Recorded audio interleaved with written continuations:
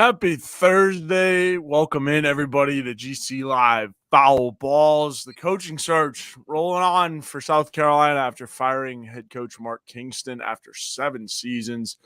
With me, as always, my co-host Jack Veltri. Jack, you joined me on you joined me on the walkthrough. I'm wearing it, my show on Sunday night, to break down the initial reaction of the firing to be that was made official on Monday. But now we are in it. The coaching search is rolling on. Plenty of drama and stuff to talk about as it rolls on. So first question, as always, how you doing?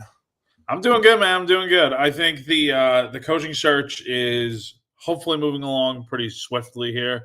Obviously, there's no official word on what the deal is. Like, have they hired anyone yet? I'm sure people have been asking that. South Carolina's yet to hire anyone. But look, the fact that they moved pretty quickly with firing Mark Kingston, it was the easy decision to make. And now you've got a bunch of candidates that are in mind. We'll have to see what happens. Hopefully, we have some sort of definitive answer by the next time we have a show. But we'll have to see what happens. I mean, I think you have a good bit of options out there. I think it really just depends what Ray, Tanner, and this administration want to do. Yeah, it's going to be interesting. There's certainly a lot to look at, and obviously, you obviously don't want to go backwards in terms of just the way that things were going with this program. Obviously, you wanted to make a super regional this year. Obviously, you made one last year, but again, you need to get things going back in the right direction. You need to start recruiting in-state talent. But Jack, out of all boxes that need to be checked for this next head coach, what are some of the ones that you're looking for? So I've been thinking about this a little bit. I've been thinking about writing a story about it, but I'm not sure. I'd rather probably wait until whoever the coach is hired, because every coach is different. I think there's 3 things I'm looking for. The number one is what do they think of like analytics versus going with their gut feeling? Because I think that's one of the main criticisms a lot of people have had with Kingston is the fact that, and it's proof in the pudding. I mean, he relies heavily on the numbers, and to me, and I think everyone else can kind of speak on this a little bit too, whether you agree or not. I don't think he has the best feel for the game. I think he would trust what he sees in terms of numbers more rather than what he's feeling in his stomach. For instance, I have a perfect example. I actually asked him about this after the NC State game. After Garrett Gainey pitched 6 innings, he goes with Connor McCreary to start. I believe it was the 7th. And the reason why, I mean, he could have gone with Matthew Becker or someone else. And that's not a slight on McCreary. He pitched good against LSU in the SEC tournament, but this is the big spot, and you might have had other options there. And McCreary gets into some trouble, and then obviously Becker goes in and walks the go-ahead run in. But I asked Kingston after the game, like, what was the decision behind going with McCreary? And then he asks me rhetorically, like, do you know what the opponent batting average is for right-handed hitters against McCreary? He's like, it's 111. Like, I get it. I get why you would go with the numbers, but at the same time, Becker's a better pitcher. Why not go with him? I mean, screw the matchup. Just do what you got to do. I mean, you're trying to win or go home right here.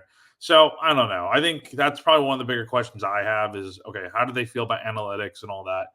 Number 2 is just what are they going to do in terms of the portal, right? Are you going to, if it's a coach that has no connections here, are you going to try to persuade some of the talent on the current team to come back next year?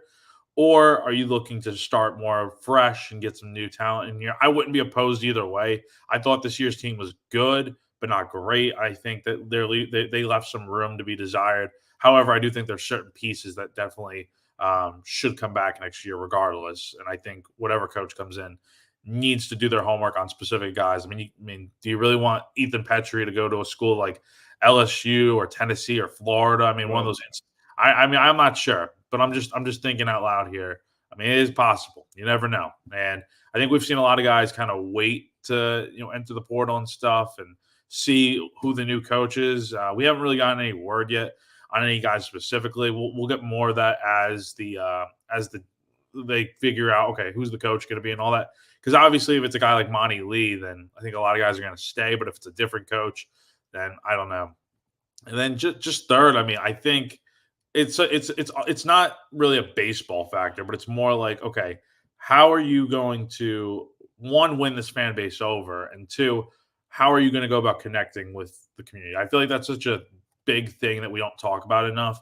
And look, it doesn't really help you win ball games at the end of the day. I mean, it comes down to how you're going to manage a game and stuff.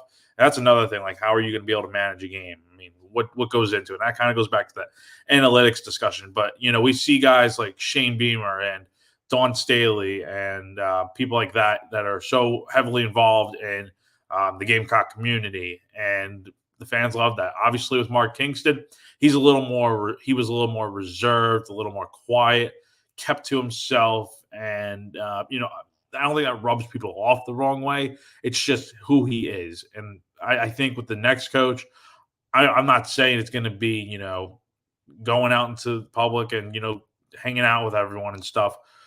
I mean, I just think it might be a little bit of the same. I don't know. Just based off these candidates that South Carolina has in mind, I'm still getting the same type of feeling as Kingston in terms of not being like super outgoing in the community. I could be wrong. That's just a gut feeling, but I don't know. I think those are the three things that I'm kind of paying attention to.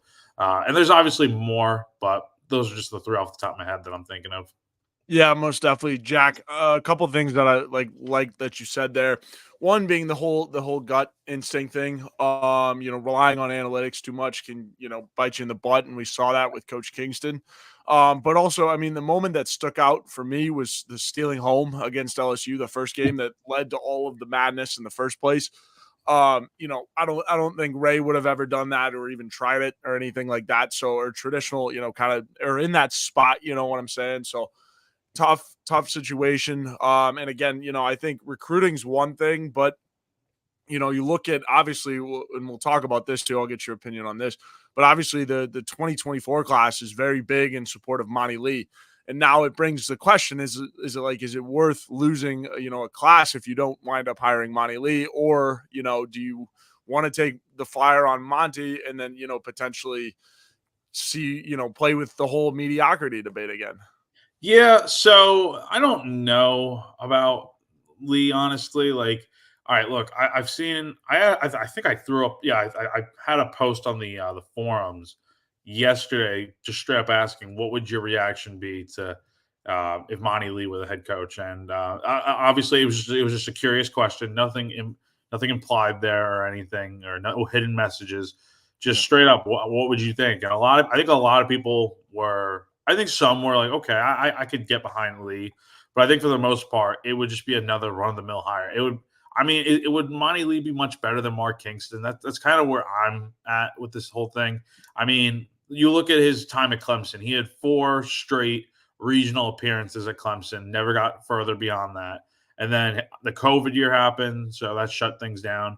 And then in 21 and 22, Clemson missed the postseason. So my question is, what kind of happened after the COVID year? I mean, he had such a good start to his tenure, but everything kind of just fell off after that. And I don't know. He had enough time at Clemson to do his thing. Obviously, it's not the same as South Carolina, but I don't know. I think I don't know if it'd be the right decision. I just don't think you're getting that much. Is it like my thing? Is it that much different than Kingston? Like, would it have been better to keep Kingston around for another year with Lee on staff and stuff? I don't know.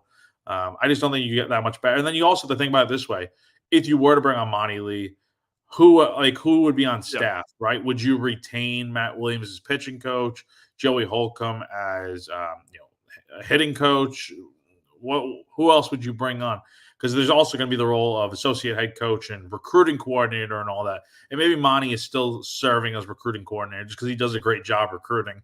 And I think that's one of the main reasons why we're seeing this as a real conversation, is the fact that he knows how to recruit in-state talent and he can get the job done that way. But I don't know. I don't know. And I think a lot of people are also thinking like, oh my goodness, PJ Morlando supports this guy, and all the other recruits PJ's do. not coming to school here. Yeah, Yeah. hate to He's break it to you probably gonna guys. be He's take the going. money and run. He's going to the draft. So I mean, I I don't know. You can't let players run the show. Is what I'm getting at. I Yeah. just think there are better candidates out there. And look, Monty had his chance, y'all. Like, he had his chance, and he's not a bad head coach. I don't want that to get lost in the in this discussion here. I don't think he's a bad head coach. I just think there are better ones out there. You need someone with a proven track record. I mean, the thing with Monty is you're taking a risk if you hire him here. You don't know what you're going to get. I mean, you might get a regional appearance, but for South Carolina, I mean, unless I'm mistaken or something, I thought the expectation was to win, serious baseball at the University of South Carolina. And I think you need to go out and get someone like a Cliff Godwin who's been to a dozen or so regionals now. You can go get McDonald from Louisville, who has been to 5 College World Series. You can go get Tom Walter, who has taken Wake Forest from nothing to something.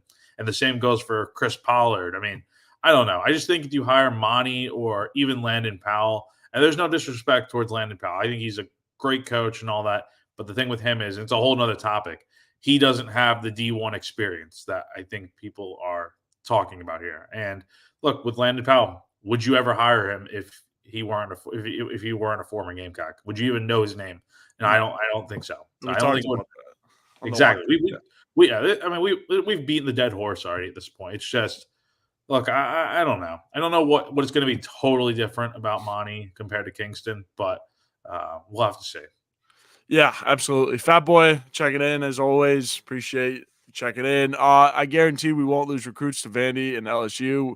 With Monty and PJ is going second or third round, his asking price might be way too high for his slot. Yeah, I mean, it's going to be an interesting battle with the whole PJ Morlando thing. I'm with Jack here, Fat Boy. I think, PJ is going to go too high, and I think some Major League Baseball team's going to throw him a ridiculous signing bonus, and it's going to be hard to turn down. I don't think we'll be able to keep up with that. Now, I'm not putting it past Garner Trust and all the collectives here, but I think Morlando's going to go too high. And in an MLB, it doesn't really, I mean, even his asking price for salary, that signing bonus is really, really, really hard to turn down. Yeah. And, more discussion here about Monty. I mean, how do we know he's not going to go ahead and tinker with the lineup and stuff? How can we know all this stuff? I mean, how can we guarantee that they're not going to lose recruits and all that? Like, I get it. People love Monty and stuff, but I mean, I don't know. I look at the track record, and I think he only made a super regional once at Charleston, maybe in his entire coaching career. Like that's just not good enough. The expectation should be Omaha or bust every single year. Like that should be the goal of a college baseball program that has been to Omaha dozens of times now. Like we should not be, if you're a fan, you should not be holding this team to anything but getting to Omaha. I mean, it's been way too long, in my opinion, and we're going to have to see what happens. But again, I just think there are better candidates out there. And we got another comment here from Gamecock fan who says Godwin cannot get out of the regionals. That is true. That's a good point. But I think he's also been to 3 super regionals at ECU. And I just think at some point it's going to click for him. At some point it's going to click. Like he's been to he's almost in the postseason every single year since he got to ECU in 2015, and I think that's a good start. It's just about how much I also think about it this way, like how much of a difference in talent is he going to have in the SEC compared to an American school like ECU? I mean, ECU is a great program for baseball. They always have been for years now, but with an SEC baseball program like South Carolina, can the talent be a real big difference that gets them over that hump with Godwin? We'll have to see what happens, but that's just kind of my take on it. Yeah, absolutely. Steven, check it in. Let me rephrase. Is there any movement with the coaching search yet? So Jack, you want to take that one away? Obviously, they're talking to guys and stuff like that. Yeah, so I'll go ahead and pop up Chris Clark, one of our colleagues, wrote a story yesterday, and y'all can go check it out on GamecockCentral.com. Especially if you're a subscriber, it's a premium story, but I'll fill in a little bit of the details with some of the updates. So it seems like, there's been some talk with Godwin from ECU turning down South Carolina already. From Chris's understanding, that's not true. It seems like they are, that might be one of Ray Tanner's main guys. The thing with Godwin is he's an ECU alum for one, and he's been at ECU since 2015. But the thing with East Carolina is they've never been to Omaha. So I think that's the one thing he wants to do is get them there. But we'll have to see. I don't know. It might be too tough to turn down what an SEC program brings to the table. And I've also heard in the past that Godwin's been wanting the Ole Miss job and stuff, but obviously Mike Bianco's back for another year in Oxford. How does that kind of shake things out? Like, would Godwin want to wait another year? But it's never a guarantee. So have to see what happens. I'm looking at another guy like, McDonald from Louisville, based off of the readings here. It seems like there's always been an interest from Ray Tanner there. When McDonald was an assistant at the Citadel, Tanner vouched for him to Mike Bianco, who had just been hired at Ole Miss. And so it seems like he's also in the mix. And then Chris Pollard's also in the mix. We'll have to see what happens there. Monty Lee is obviously getting a shake in this whole thing. And then Josh Elander, who's an assistant coach at Tennessee, and Arkansas's Nate Thompson are other names that Chris has heard that have been widely mentioned. So I think that about covers it. If you want a more detailed breakdown, like I said, go to GamecockCentral.com, and I think we're running a $1 for the first month subscription deal right now. So you guys can go ahead and pay your $1 for a month, and Subscribe. you can get subscribe. Shameless plug, and you can kind of get to see what's going on with the whole thing with the coaching search and all that. And we also are going to be updating. There's already guys going on visits and stuff for baseball, and recruits potentially coming in. I mean, it's not just about the coaching search; it's also the transfer portal and all that stuff. So have to see what happens, but that's kind of the gist of what's going on. Yeah, Bad Boy says Glander, the UT assistant, and we got to get better NIL if we want to compete. Absolutely. You mentioned Glander, Jack. I think certainly a name to watch in this search, and then also on the second half of this. I mean, the whole Michael Braswell situation. Braswell took a little bit more money to go to LSU, and obviously NIL at South Carolina is evolving as it goes, and baseball is one of those sports that's starting to see a resurgence and a call to action for NIL. And so now you're starting to see South Carolina start to compete a little bit more. Definitely. So I'll hit up the first point about Tennessee. So first off, Elander, Josh Elander, is the associate head coach and recruiting coordinator at Tennessee. So yesterday I spoke with, Tennessee has an On3 site, just like us, VolQuest. Go check it out if you guys want any coverage on what's going down in Knoxville. And I spoke to one of the writers there, Eric Kane, does a great job over at VolQuest, and kind of just asked him what's going on with Elander, what to know about him, all that. And I gotta say, I did not know much about him other than he has a pretty decent track record at Tennessee. He's been around with Tony Vitello for years now, going back to Arkansas and TCU days. But I'm sold on Elander. I think he's the underrated gem in this potential candidate class for the 2024 coaching search.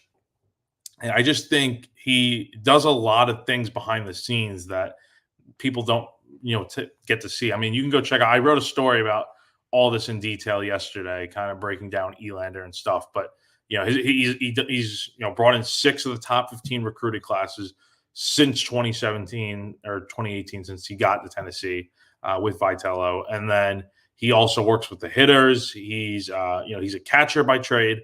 So he used to catch during his playing days, which he works with the catchers, but that also helps him to work with the pitchers. So him and Frank Anderson, the pitching coach at Tennessee, get to work together. And it really seems like he does it all. The only thing that Eric was telling me was that Elander doesn't work with the outfielders much. So that's the only thing. But other than that, he does everything a head coach would do. He fills in for Vitello if he's ever suspended or absent. So he's basically second in command. And the thing that kind of stood out with me with Eric is that Vitello and Elander kind of see eye to eye on a lot of things. They operate in the same way. Now, I did ask Eric, what's one thing that would kind of be a detractor about potentially hiring Elander? And honestly, I don't even think it's a bad thing. I actually think it's kind of like a good thing. He's very aggressive on the base paths. I mean, he's Tennessee's third base coach, so try to pull off double steals. They try to take an extra base if they can, and I don't think that's a bad thing. I think sometimes being aggressive can be a good thing, as long as it's the right type of situation. But I'd rather have a coach that's aggressive than not, I guess. And we'll have to see what happens. But Long story short, I'm definitely sold on Elander. And if you guys don't know much about him, like I said, highly recommend going and check out the story I wrote yesterday on Josh Elander and my conversation with VolQuest's Eric Kane. Does a great job over there and got a lot of good info on him. And yeah, the last I heard is that they haven't interviewed him yet, but there definitely is some connection there of maybe something will happen. And personally, I hope it would. I also kind of rambling on here, Joe. I've had people, on the message boards telling me, "Oh, it's no different than Chad Holbrook, right? He's an assistant coach. He's had no head coaching experience, and all this and that." Like, I don't know. The thing with Holbrook is it was the right hire. It just didn't work out. I think that this whole Elander thing really could work out because one, he's working alongside a great head coach in Tony V, and he's basically doing everything that a normal head coach would. It's just not as heavily publicized. I mean, he does everything else besides work with the outfielders. So I don't know. I think it's the right move if you're going to go down that route. If you're not getting someone that doesn't have the winning pedigree of a head coach, I feel like this is your next best option. And yeah, we'll have to see what happens. Yeah, I certainly agree. I like Elander. Being aggressive on the base pass is something that's been, kind of a new. I mean, it's always been around, but in the SEC, a lot of teams are taking after that, right? You saw Kentucky take after it a little bit. A lot of teams in the SEC are doing it, so I'm certainly with it. And that also, I mean, it's certain like with Elander that aggressiveness on the base pass is something different than what Kingston was doing, right? I mean, it's more of a gut feel, like double steal kind of thing. Like there's more to it than just the analytics. It's just baseball, right? Because sometimes you got to make those plays like that. So I agree. Martin checking in. The thing about Elander is that he's probably going to be with Tennessee and Omaha into late June. So we are going to miss out on portal players. Yeah, this is a really, really, really good point from Martin. And then also, too, I mean, portal players is one thing, but then also recruiting as well. I mean, it works hand in hand, football, baseball. You need to get on the ground and recruiting as soon as possible and make relationships with like the community, like you said, Jack, like all that stuff, get boots on the ground as soon as possible. So yeah, that's a good point by Martin. Yeah, definitely. I just think I don't know if I had I ranked some candidates yesterday in another story as well, and my top three I believe were Tom Walter from Wake, Cliff Godwin from ECU, and then I think number three was Pollard from Duke. I think those are all good candidates. My top five candidates, I think, would just be the best choices and people that I would actually trust. Those other top five include O'Donnell or McDonald, I should say. I'm sorry, from Louisville, and then Elander from Tennessee. I just think like Landon Powell and Monty Lee, like they're fine. Like they're not. I don't see them being difference makers in terms of all right, they're going to get South Carolina back to Omaha. I just don't see it. And I hope if they do hire them, I hope I'm wrong. I'll eat my words if Monty Lee or Landon Powell comes in here and turns the program into what it used to be. But I just trust guys that have been there before, that have coached teams that have gotten to the big stage. Yeah, absolutely. Fat Boy certainly with Elander in the new blood. So yeah, real quick before we, close the show out, I want to talk to you guys about our sponsors. First off, our good friend Andy Luedecke at My Perfect Franchise. Are you ready to leave the corporate rat race for the American dream? Looking for a side hustle while working your current job? Wanting to diversify, build wealth, and or leave a legacy? Andy can help. Andy is a franchise consultant as well as franchise owner and helps provide franchises that fit their people with their skill sets, financial requirements, time to commit, and more. His services are 100% free, and he's here to help if you have any questions about business ownership. Find your perfect franchise at myperfectfranchise.net. Contact Andy at myperfectfranchise.net, and you can call him 404-973-9901. Once again, 404-973-9901 for all of your franchise needs. This show is also brought to you by our good friend Clint Hammond of the Movement Mortgage Network.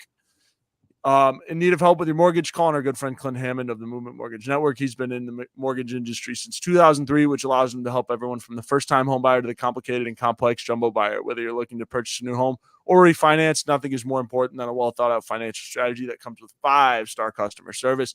He's even helped out our very own Wes Mitchell and former Gamecock quarterback Perry Orth with their mortgages. So give our guy Clint a call. He's above us on all of our GC Live programming, 803-422-9767. Once again, 803-422-9767. You can also reach him at clint.hammond.com. But yeah, getting back into it, Kenny says, not sure I'm sold on the ECU coach. EC's conference isn't exactly a powerhouse, and while he recruits well for his league, he hasn't been able to turn the corner in the postseason. Seems like a jump in the SEC. I don't know if I agree with that. Look, the fact of the matter is, Godwin has taken ECU to the postseason almost every year during his tenure at East Carolina. He's taking them to some super regionals. The only thing missing is getting over that hump and getting to the College World Series. That's the only thing missing. I mean, we're comparing it to Mark Kingston here. I mean, the thing with Kingston is that he was super inconsistent, and I think with a guy like Godwin, he's proven that he's consistent with winning. It's just a matter of getting over that final hump and getting to Omaha. I think he can do it with a South Carolina team in the SEC. I think it would translate over well.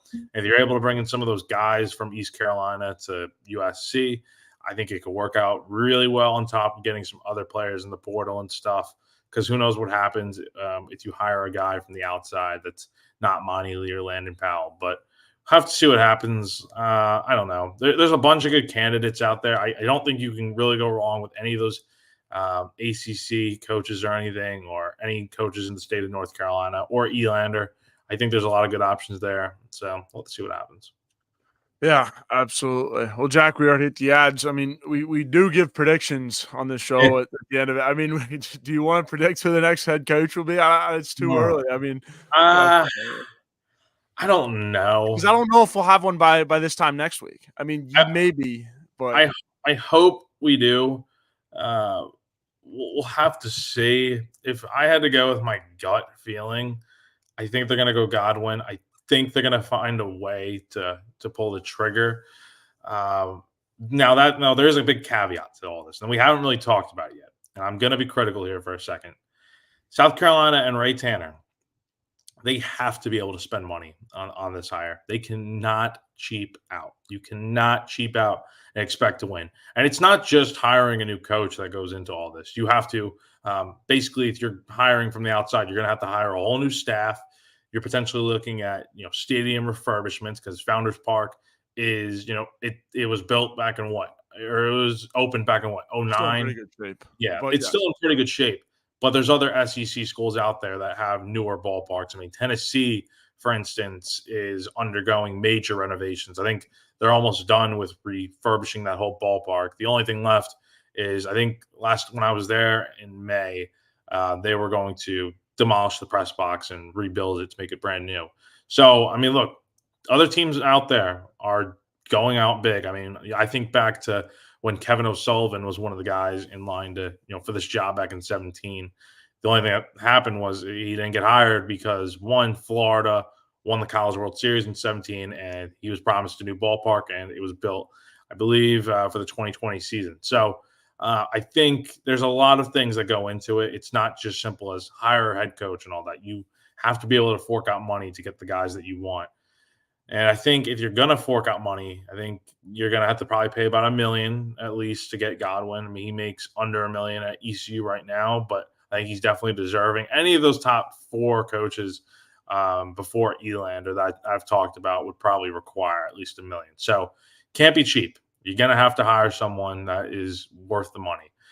Now, let's say they do go down the cheap route. I think they'd go with Monty Lee. I think they would. They'd be able to get him for a bargain probably, and keep him, and you get to keep the same staff probably. So I don't know. I think it's lazy. It's lazy in my opinion. I don't like being super negative here, but if they hire Monty Lee, that's a lazy, cheap hire, and I know this program can do better than that. And that to me, good point. I don't know if it's. I don't want to call it waving the white flag because the new season hasn't started yet. But to me, if you're hiring Monty Lee, that just tells the fan base that this is going to be Mark Kingston 2.0 at least. I mean, again, I go back to the track record. What has Monty done outside of South Carolina that has been super impressive? Yes, he's a great recruiter. I get it. The players love him. That's great. Are you winning enough ball games?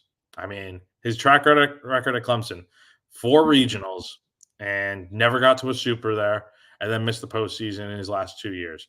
I don't know. I don't know if that's the right hire. I think you're better off just cleaning house, going outside of the box, and going from there and just get it. I think that's the easier way, the better way to get back to Omaha. But I don't know. We'll have to see what happens.